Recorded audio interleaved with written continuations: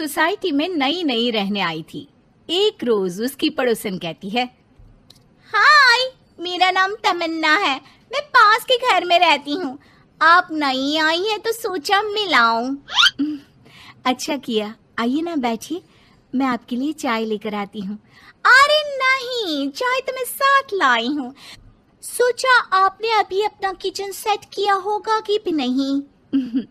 ये तो अच्छा किया, सच बहुत मन था चाय पीने का। ये मेरे हाथ के नमकीन खाइए। मीरा और तमन्ना में दोस्ती हो जाती है, लेकिन धीरे धीरे पता चलता है कि दोनों हैं एक दूसरे से बिल्कुल अलग। एक दिन दोनों पार्क में घूम रही थी कि एक लड़की मीरा को देखकर कहती है, कैसे रंग की साड़ी पहनी है, एक तो इतनी गर्मी, ऊपर से चटक रंग, कितनी गवार दिख रही है ना ये पीली साड़ी वाली। हाँ, और बाल भी कैसे उड़े उड़े हैं। तमन्ना को गुस्सा आ जाता है। हाँ, तो उसके उड़े हैं ना, तुम लोगों को क्यों जलन हो रही है? और रहा सवाल साड़ी के रंग का, तो जरा फैशन सेंस ऑन करो। इस समर ये रंग ऑन फैशन है, समझी?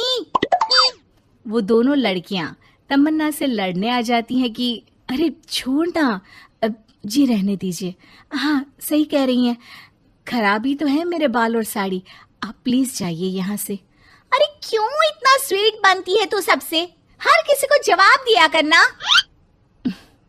अरे क्या करना है, वो बुरा बोल रहे हैं तो अपना मुंह भी खराब कर ले क्या? ऐसा नहीं होता है, किसी की बुरी बात सुनने का मतलब है कि वो लोग सही बोल रहे थे। अरे किसी के बोलने से क्या होता है, हम क्यों अपना मुंह खराब करें। खैर, मीरा शांति से रहती, बच्चों को देखती खिलाती। उसका पति काम के सिलसिले से हमेशा बाहर ही रहता था, तो वो कोशिश करती कि उसके बच्चों को किसी भी चीज की कमी ना हो। एक रोज सास कहती है, अरे सारा दिन बच्चों में लगी रहती है। पता है बेटा यहाँ नहीं रहता मेरा, लेकिन मजाल है कि ये मेरा ख्याल रख ले। माफ करिए माँ जी, वो मयंक को स्पीच थेरेपी दिलाने ले गई थी, मैं अभी आपकी चाय बना देती हूँ। अरे चाय नहीं चाहिए, चाय पिला पिला कर मार दे तू। तेरे बाप ने बोला था कि शादी के वक्त 2 लाख देने के लिए, अभी तक 1 लाख दिए हैं, बाकी के पैसा कब देगा? बच्चे हो गए लेकिन दहेज पूरा नहीं दिया। माँ जी, वो पैसे उन्होंने मयंक के पापा को बिजनेस लगाने में जो मदद की थी ना, उसमें दे दिए थे। अरे वाह जी वाह, उसमें तो देना ही पड़ेगा ना, वो तो अलग से पैसे थे। तू रोज खाती है पीती है, उसके पैसे कहाँ से आएंगे? और ये तेरे बच्चे।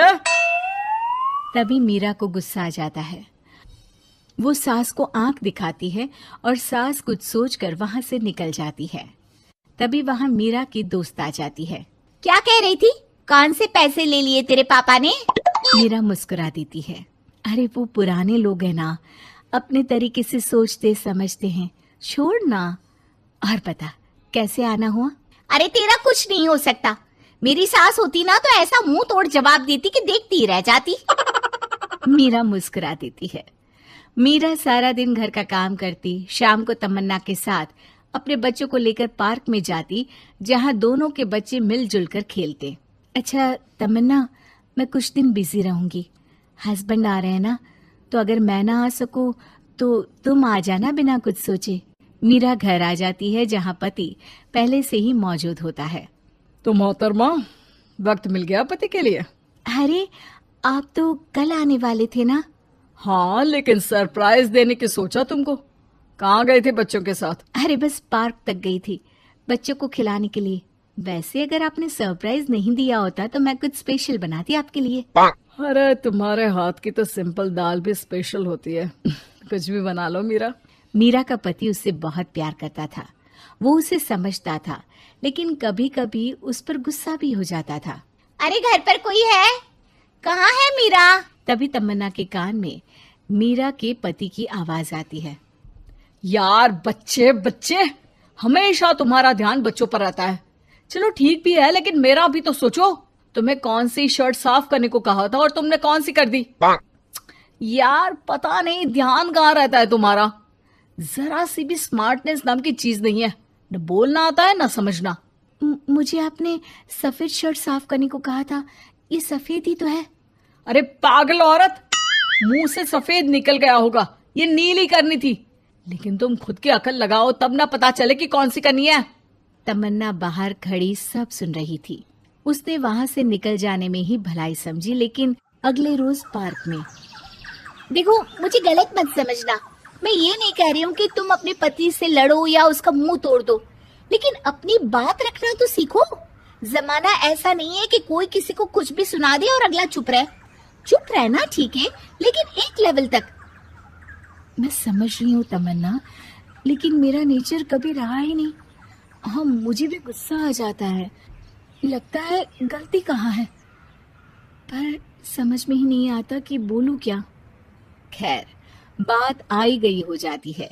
एक दिन मीरा के घर में बैठ तमन्ना और मीरा चाय पी रहे होते हैं कि वहां मीरा का बेटा रोते हुए आता है। मीरा घबरा जाती है। क्या हुआ बेटा? बेटे का रो रो कर बुरा हाल होता है। वो सिसकियां भर रहा होता है। क्या हुआ बेटा, कुछ तो बताओ। तभी पीछे से मीरा की बेटी भी आ जाती है। क्या हुआ भाई को बेटा? माँ, नीचे एक अंकल ने उसकी हंसी उड़ाई, उसे तोतला बोला। मीरा को बेटी की बात सुनकर गुस्सा आ जाता है। वो दौड़कर पार्क में बेटी के साथ जाती है। तमन्ना भी मीरा के पीछे जाती है। कौन थे अंकल? हाँ, वो लाल शर्ट वाले। क्या आपने मेरे बेटे को तोतला बोला? हाँ, क्योंकि वो तोतला रहा था। तोतला कहेगा। मीरा गुस्से से लाल हो जाती है और जोर जोर से चिल्लाने लगती है। मजाक समझा है क्या? किसी बच्चे के तोतलेपन को दूर करने के लिए माँ कितनी मेहनत करती है। मैं रोज उसे सबके सामने बोलने के लिए प्रेरित करती हूँ। बड़ी मुश्किल से मेरे बेटे ने बोलना सीखा है, उसे भी चुप करा दिया आपने। क्यों? मुझे माफ कर दीजिए। आपका बच्चा होता तो क्या उसका भी आप ऐसे ही मजाक उड़ाते? देख लीजिए मिस्टर, साफ बता दे रही हूँ, भूल से भी मेरे बच्चों का मजाक उड़ाने की कोशिश की तो बहुत ज्यादा बुरा हो जाएगा। तमन्ना दूर खड़ी मीरा का ये रूप देख रही होती है।